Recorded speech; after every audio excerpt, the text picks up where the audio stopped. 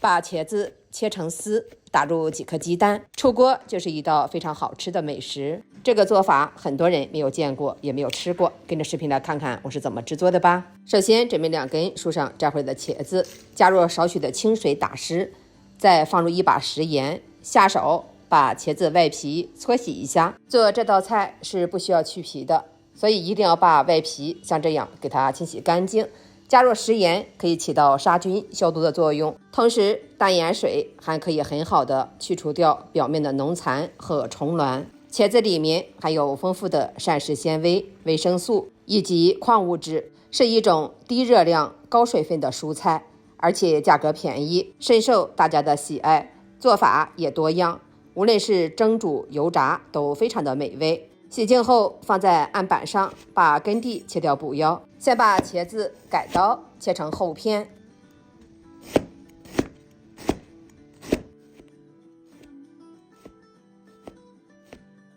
厚度切成像視頻裡面這樣就可以。全部切好後再改刀切成細絲，切絲盡量切得粗細均勻一些，這樣成熟度比較一致。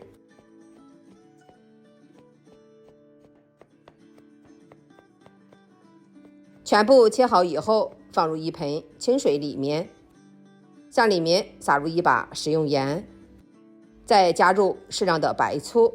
下手抓拌均勻，讓茄子在鹽醋水中泡一泡，這樣可以防止茄子氧化變黑，同時還可以去除掉一部分生澀味。泡製的時間也不需要太長，大約10分鐘就可以。趁這個時間可以準備一些其他的配料，幾瓣大蒜直接拍扁，然後再剁成蒜末。蒜末我們可以適當的多放一些，這樣吃起來蒜香味比較濃郁。剁好後裝入盤中，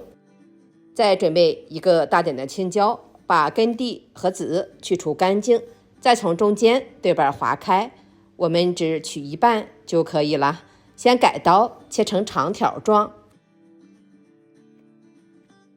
然後再切成小碎丁。這個辣椒是沒有辣味的，家裡的小朋友都可以吃，喜歡吃辣的可以換成線椒。全部切好以後放入小碗中。這時候我們的茄子也已經泡好了，看一下泡茄子的水已經變得非常的黑了，下手簡單的清洗一下，洗淨後控水撈出，再用力擠乾水分，直接放入一口無水無油的鍋中。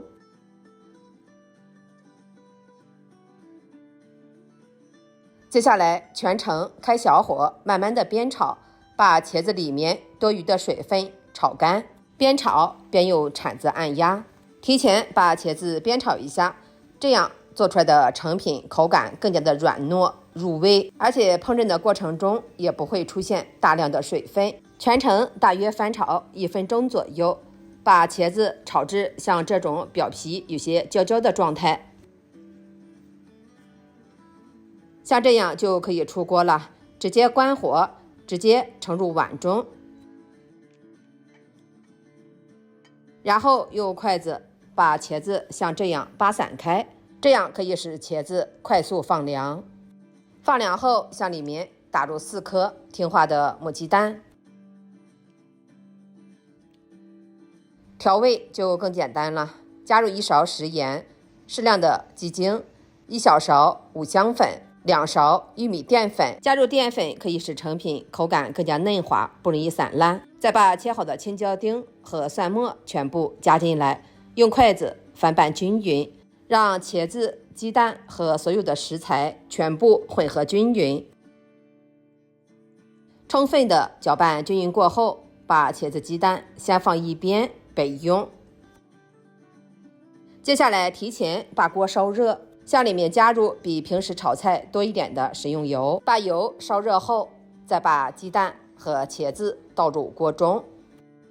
用鏟子把茄子、雞蛋平鋪均勻，整理成一個圓餅狀，這樣可以使茄子、雞蛋受熱均勻。記住一定要把火調得小一些，全程開小火慢煎，這樣煎出來的茄餅才會外酥裡軟，不會散爛。在煎的過程中一定要有耐心，剛倒入鍋中後先不要隨意翻動，等到底部稍微定型後，我們可以輕輕的晃動一下鍋，給它多轉動轉動就可以了。